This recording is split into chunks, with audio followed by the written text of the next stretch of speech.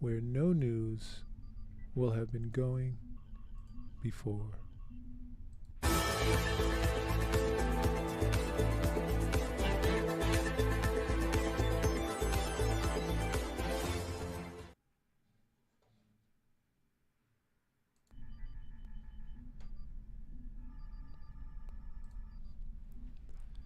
And from the street, UBS. UBS. Let's see what that acronym stands for. UBS Bank. Probably something banking. UBS Bank. Acronym.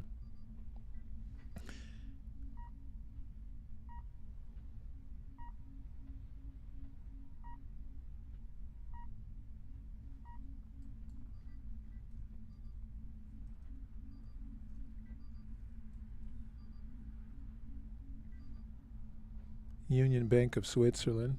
Very good. UBS, the Union Bank of Switzerland, acquires Credit Suisse for more than $3 billion.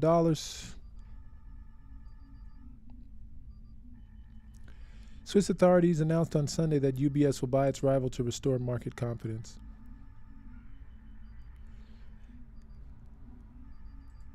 It's the dawn of a new era in the history of European and world finance.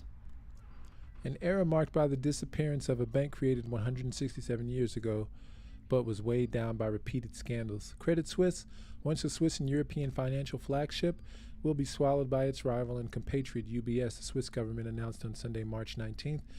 The Federal Council is therefore confident that in this difficult situation, the takeover of Credit Suisse by UBS is the best solution for restoring the confidence that's been lacking in financial markets recently and for best managing the risk to our countries and its citizens, a government official stated during a press conference.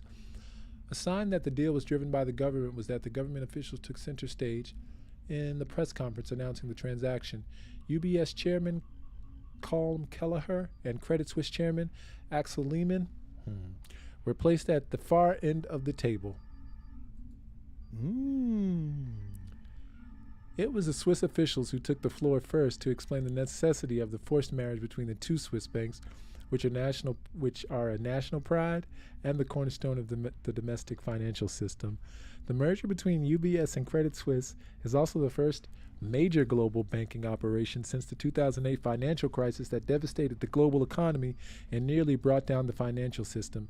It comes after a crisis of confidence in banks sparked by the sudden collapse of California-based Silicon Valley Bank on March 10th, after interest rate bets went wrong. The crisis of confidence crossed the Atlantic and hit Credit Suisse, a bank weakened by scandals, trying to turn itself around since last October. The Swiss authorities granted a loan of almost $54 billion to the bank on March 15th, but this was not enough to reassure the investors who continued to sell off Credit Suisse shares to the point where the bank's market fell, or the value of it, the bank's market value fell to $7.3 billion on March 17th. The transaction, which is an all-share deal, is valued at 3 billion Swiss francs, equivalent of $3.24 billion. Credit Suisse shareholders will receive one UBS share for every 22.48 Credit Suisse shares held, equivalent to CHF 0.76 per share. Interesting. The Swiss government has also responded favorably to a request from UBS for a financial guarantee in the event that the Credit Suisse's legal problems return in the form of fines or lawsuits. It'll provide a $9 billion backstop to the bank for the risk it's undertaking. In order to reduce any risks for UBS, the federal government's also granting UBS a guarantee in the amount of $9 billion to assume potential losses arising from certain assets that UBS takes over as part of the transaction should any future losses exceed a certain threshold, it said in a press release. The Swiss National Bank will also provide more than $100 billion of liquidity to UBS to help facilitate the deal. The transaction is not subject to shareholder approval, UBS said. The bank indicated that it obtained a pre-agreement from Swiss regulators, FINMA, the Swiss National Bank, the Swiss Federal Department of Finance, and other regulators on the timely approval of the transaction. This last measure risks provoking the discontent of shareholders, and it's likely to lead disputes before the courts, but it's also showing the race against time in which the authorities were launched in their effort to reassure investors. The deal comes after 3 days of intense talks which saw UBS and Credit Suisse very reluctant to tie the knot. The former felt the bank was doing well and didn't need to be saddled with the deal that could only bring it problems. The latter felt that its turnaround plan would need enough to recover, but the Swiss authorities feared that the crisis of confidence suffered by Credit Suisse would intensify and, above all, that it would spread to other banks.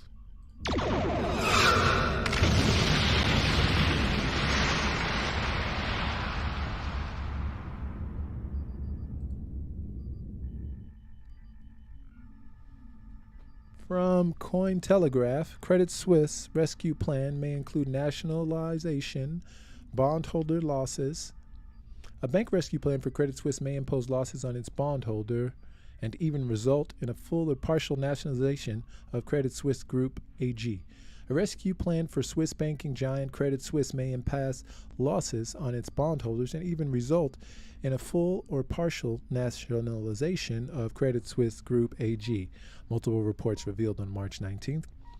Swiss authorities are considering applying losses to Credit Suisse bondholders as part of the bank's ongoing recovery efforts, Reuters learned from 2 sources. European regulators are concerned that the move might undermine investor confidence in Europe's financial sector. Another report from Bloomberg claims that the Swiss government is analyzing a full or partial nationalization of the bank, the only available alternative if the UBS takeover is not completed. Investment bank UBS is Switzerland's largest bank. On March 18th, the Swiss National Bank and Switzerland's financial regulator said that the Credit Suisse's acquisition by UBS is the only option to prevent a collapse in confidence in Credit Suisse. The nationalization would be an emergency option due to the complexities surrounding the deal and the limited time available. Swiss authorities are working over the weekend on emergency measures to accelerate the deal before Asian markets open, including allowing the deal to proceed without a shareholder vote. UBS is reportedly asking the government to shoulder around $6 billion on legal costs and potential future losses in the event a takeover occurs. UBS is offering $1 billion for Credit Suisse, a considerable discount under the bank's market value on March 17th of nearly $8 billion, according to company's market cap.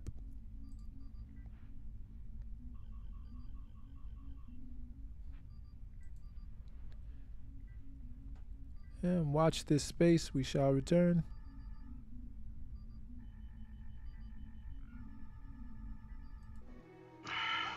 It is obvious to the most simple-minded that Loci is of an inferior breed. The obvious visual evidence, Commissioner, is that he is of the same breed as yourself. Are you blind, Commander Spock? Oh, look at me. I thought you scientists were supposed to keep an open mind. There's a difference between keeping an open mind and believing something because you want it to be true. Your friend Spock is a logical man. I find your arguments strewn with gaping defects in logic. Most illogical reaction. We demonstrated our superior weapons. They should have fled. You mean they should have respected us? Of course.